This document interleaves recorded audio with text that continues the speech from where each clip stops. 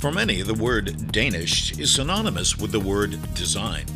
Denmark's capital, Copenhagen, is a prime example of form, function, and beauty. It all works. Copenhagen is the gateway to Scandinavia. It's connected to mainland Europe by the Jutland Peninsula. The city started out as a fishing village in the early 10th century.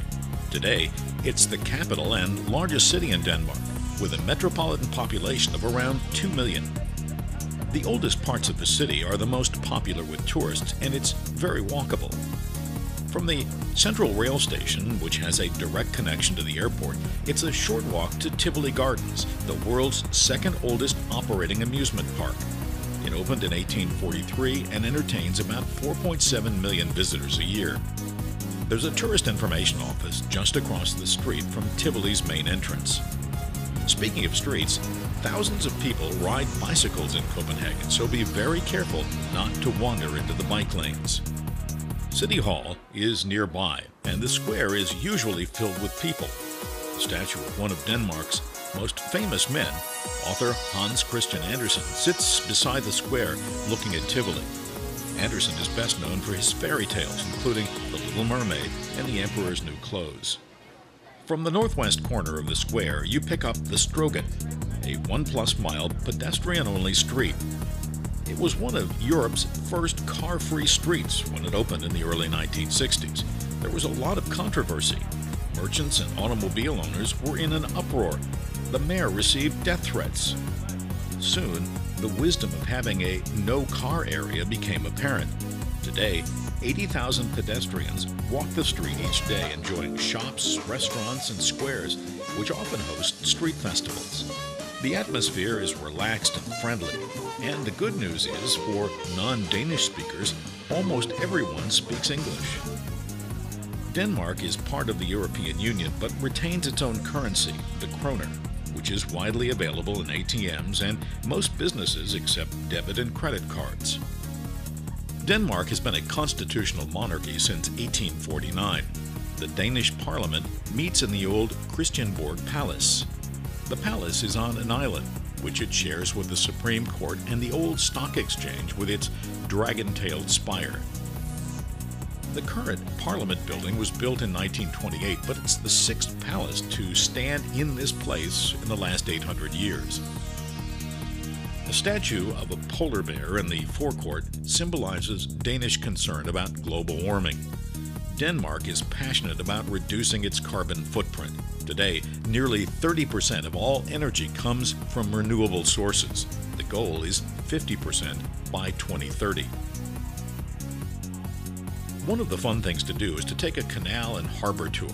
The word Copenhagen is derived from a phrase meaning merchant's harbor.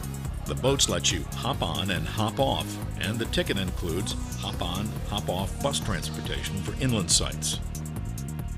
Near the mouth of the harbor, which leads to the Baltic Sea, you'll find one of the city's most famous landmarks, the Little Mermaid from the Hans Christian Andersen story. She's been here since 1913. It's mostly been good, but over the years, protesters and pranksters have had their way with her. She's been decapitated twice, blown off her rock perch in an explosion, covered in paint and graffiti, and dressed in a burqa to protest immigration. Nearby is one of the key components of the city's defense, the old Citadel, a star fortress built in the 1660s after one of many disputes with neighboring Sweden. It's mostly used as a park today. Just outside the gate is the largest statue in Denmark. It represents how the island of Zealand came to be. A Norse goddess asked the gods for a homeland. She was told she could have as much land as she could plow in a night. She promptly turned her 4 sons into a team of oxen. The land she plowed was picked up and moved into the sea to form what is now Copenhagen. An Anglican church, St. Albans, sits near the fountain. It was built in 1885. The cornerstone was laid by Danish Princess Alexandra, who would later become Queen of England after her marriage to King Edward VII. During the cruise, you get to see the old and the new, like the National Opera House built in 2006. The style is neo-futurism. Some Danes call it the pumpkin because the inside glows orange at night. One of the most popular areas is Nyhavn, the new harbor, which was new in the 17th century. But it fell into disrepair and was largely abandoned until the 1980s, when it became part of the waterfront redevelopment. Today, Nyhavn is alive with restaurants, shops, and taverns. It's also a docking place for historic and heritage ships. The tour boats pass under dozens of low bridges, stopping at places like Christianshavn, famous for the Church of Our Savior with its exterior spiral staircase, and Freetown Christiania, a throwback to the hippie days of the 1960s. The Amalienborg Palace is another must-see. It's the home of the Danish Royal Family. There's actually 4 palaces in the complex, all facing a statue of King Frederick V. The royal family moved here in 1794 after their palace burned down. The current monarch, Queen Margrethe II, lives here along with other members of the family. There is a changing of the guard ceremony every day at 12 o'clock. Frederiks Church anchors one end of the courtyard. The new opera house, just across the channel, faces the complex and serves as a kind of bookend with the church. Copenhagen is a very lovely city, alive and vibrant, and by any measure, an excellent example of great Danish design.